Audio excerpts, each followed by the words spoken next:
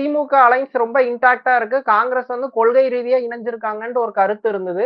ஆனா இப்ப சமீபத்துல 2 கட்சிகளுக்கும் ஒரு பெரிய முரண்பாடு ஓடிட்டு இருக்கு. அது எப்படி நீங்க பார்க்குறீங்க? எப்போதுமே திமுக, அதிமுக 2 கட்சியும் தேர்தலுக்கு முன்பு ஆட்சி அதிகாரத்துல பங்கு தரணும்னு சொல்லவே சொல்லாது.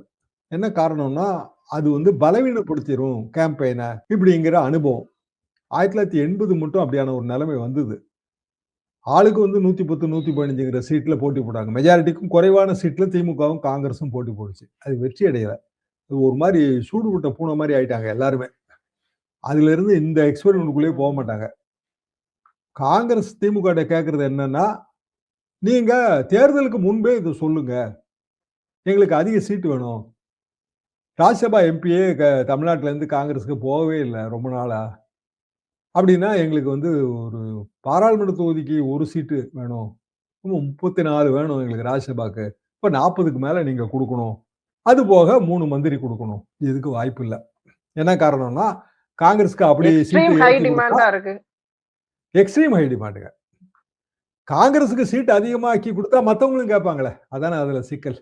காங்கிரஸ அப்படியே வந்து கட் பண்ணி விடுறதுக்கும் திமுகவுக்கு மனசு வரல. என்ன காரணம்னா, நமக்கே தெரியும். கன்னியாகுமரி மாவட்டம், திருநெல்வேலி பார்டர், தூத்துக்குடி பார்டர், காங்கிரஸுக்கு ஓட்டு வங்கி இருக்கு. கன்னியாகுமரிலாம் காங்கிரஸ் வெர்சஸ் பிஜேபி தான் அங்க.